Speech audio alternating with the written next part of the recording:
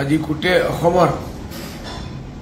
মানুহসকল স্পেচিয়েলকৈ আমাৰ নজোৱানসকলৰ ল'ৰা ছোৱালীসকলৰ য়াং জেনেৰেশ্যনৰ আৰু যিকোনো বয়সৰ জুবিন গাৰ্গৰ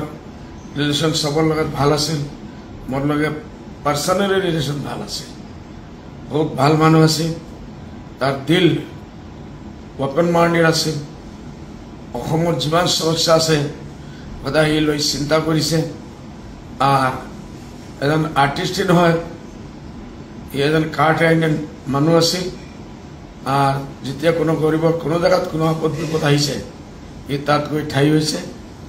আর মানব জাতির কারণে তার করার বহুত সপন আছে মই সদায় বম্বে যাওয়ার কারণে যেতিয়া যাও গুৱাহাটীৰ পৰা বম্বেত উঠিলেই আমি জুবিন গাৰ্গক পাওঁ এনেকৈ আমাৰ 5-6 বাৰ তেখেতৰ লগত ডাইৰেক্ট ভেট হৈছে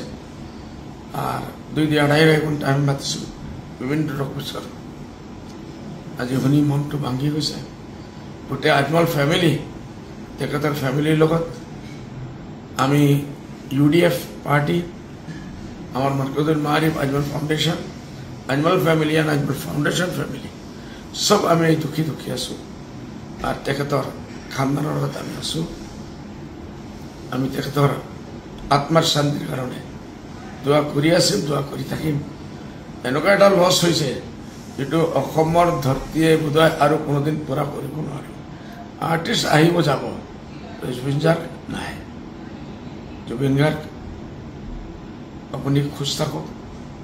যত আপোনাৰ আল্লাহ ৰাখে আপোনাক খুশ ৰাখক এইটোৱে বৰ্তমান